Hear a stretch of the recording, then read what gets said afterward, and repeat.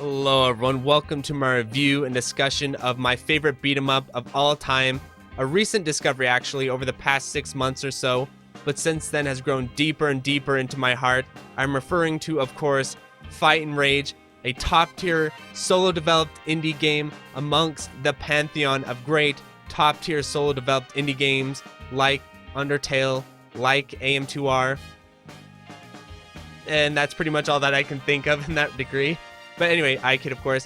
What I want to talk about in this video is not only why I think Fight and Rage is an absolutely fantastic beat 'em up that is worth your time, that is worth your attention, that is worth your money without a doubt, but I also want to talk about my growing frustration about the fact that many of my favorite genres, the arcade genres, like beat 'em ups, like run and guns, like shmups of course, while they have been crushing it as of late in terms of releasing top tier material, I do find it frustrating that it seems like there is a ceiling to the amount of power and attention you can get in these genres as of right now, no matter how well you do, when you compare it to their console genre cousins like platformers, like RPGs, basically like platformers and RPGs, whether it's Celeste, Hollow Knight, Shovel Knight, any of the Night games, Symphony of the Night, all that sort of thing. I do think it is unfortunate, and what I want to do on this channel, and especially in these review videos, is not tell you just why these games are great, but also why I think they stand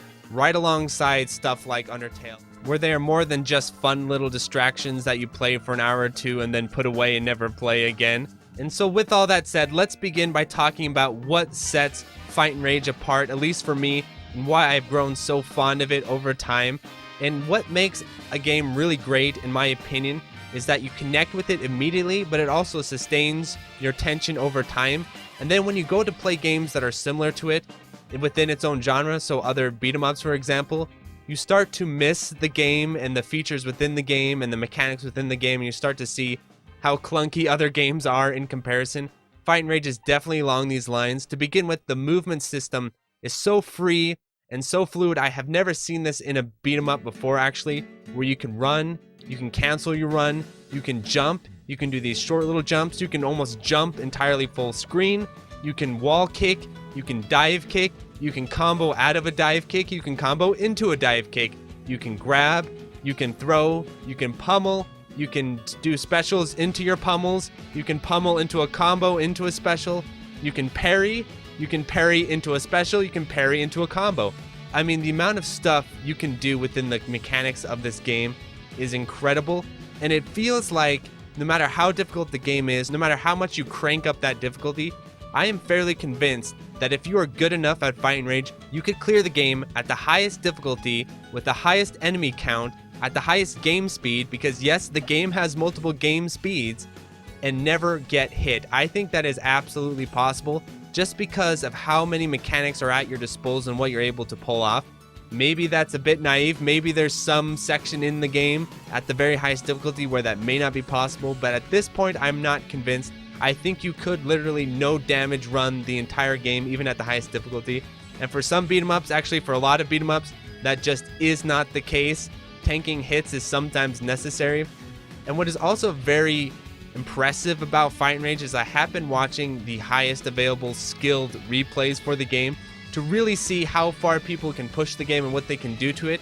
And I think it is a sign of great game design, where basically the top tier replays are playing the game like you play, but just at a much more sophisticated level. Whereas when you watch a lot of top tier beat 'em up replays, or when you start to play beat 'em ups for scores, especially older arcade ones, what ends to happen is that players tend to find one OP strategy, like a certain string or a certain cancel out of a string, and then they just repeat that for the entire game. That's basically how the game devolves. Stuff like the Sailor Moon beat 'em up by Jellico is like this, or even Batman Returns on the SNES is kind of like this. Turtles in Time, to a small degree, is actually kind of like this as well. Fight and Rage isn't like this, and I've actually sat down and tried to find kind of holes in the game mechanics as far as, oh, can I make an obnoxious cancel here? A classic cancel in a lot of beat 'em ups, for example, is to punch, punch, cancel, punch, punch, cancel, punch, punch, cancel, and that tends to end up in stun locks. This works in Sailor Moon, this works in Batman Returns, it works in a lot of games. It does not work in Fight and Rage because it was intentionally programmed not to allow you to do that, Instead, you have to weigh the combat options that are at your disposal and use them to control the game.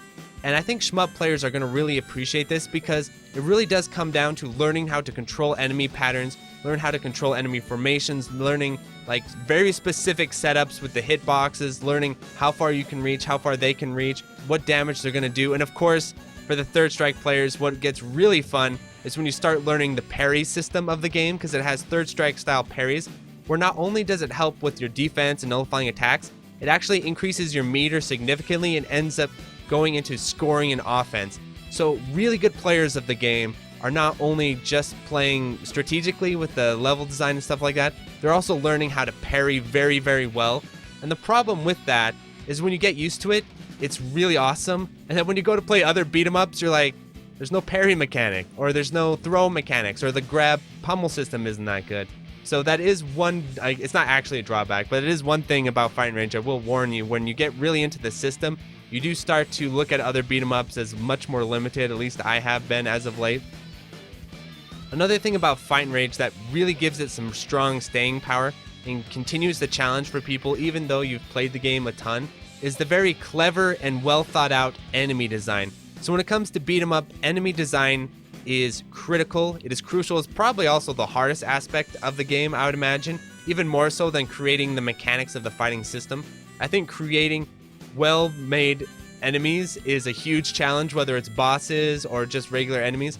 Fighting Rage is very good about this because not only does it have a nice variety of enemies, which is important, but each enemy type challenges you to use a certain sort of style of combat against them. For example, with the cat type creatures, they have this weird sort of wake up attack. So on knockdown, you can't just go and spam them and hit them because they'll wake up and shock you. However, sometimes you can kind of manipulate that a little bit by having them waking up and shocking you, but then you parry the shock and go into a super. Same thing with like the pig enemies that come and rush you.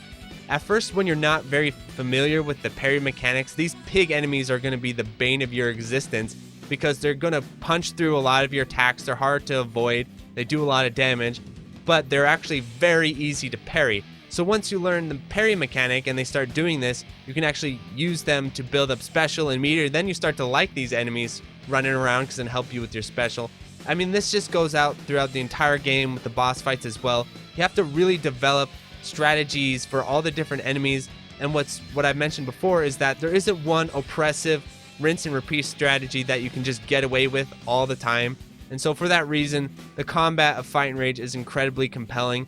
Another aspect of Fighting Rage that I recently discovered and since then I've been completely addicted to is the fact that it has multiple game speeds, like you're playing on emulator. And I think the guy who made this game, definitely a fan of Third Strike because there's a lot of Third Strike style mechanics in it, whether it's the parry system, of course, or even the hypers. So you can pick up these hyper items that are like Yun's hyper from Third Strike, and you can just combo into your combos and do all these cool specials and all this sort of stuff. All of that is really, really fun.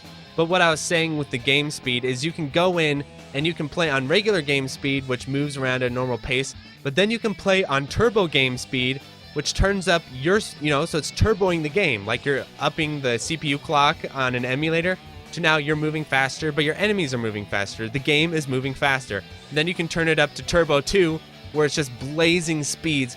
And it's challenging, but once you get used to it, you can't really turn back. This is something I've actually been doing in some of my games that I'm getting a little bit bored with.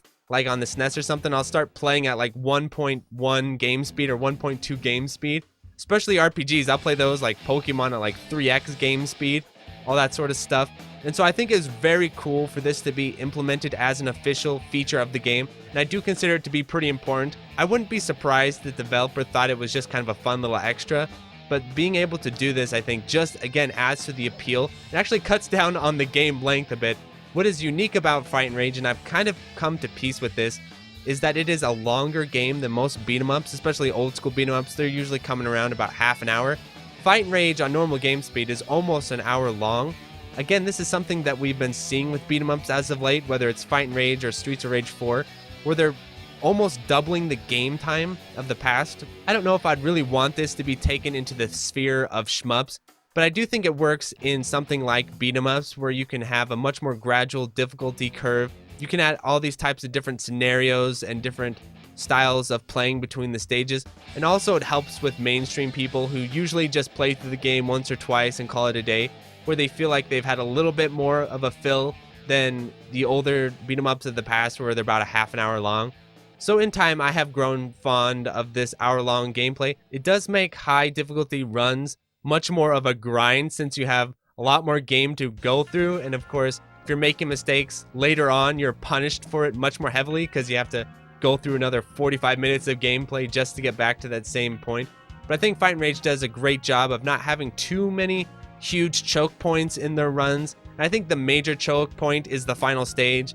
And that makes sense. If you're going to really crank up the difficulty of the game, putting it in the final stage makes sense, though it is pretty brutal. The final stage is challenging where it throws everything at you. It throws not only a boss rush at you, but kind of a souped up boss rush where they're more difficult than they were previously, which is pretty crazy, especially the elevator sequence where you have no space to move around, though you do have this great wall to combo people on. If you're a fan of Tekken, you'll definitely be familiar with the concept of doing these massive wall combos and stuff like that.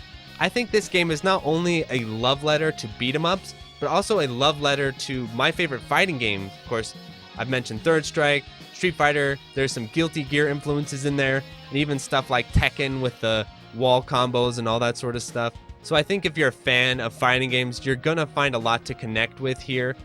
Other things that I want to talk about is, of course, the great pixel art, the visuals. I'm a fan of this saturated, dark, surreal, but also kind of cute visual design.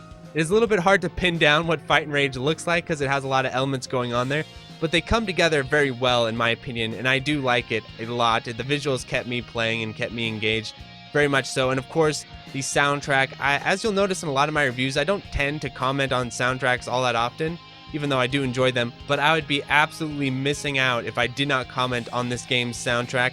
I think Fight and Rage soundtrack is one of my favorite video game soundtracks I have ever heard.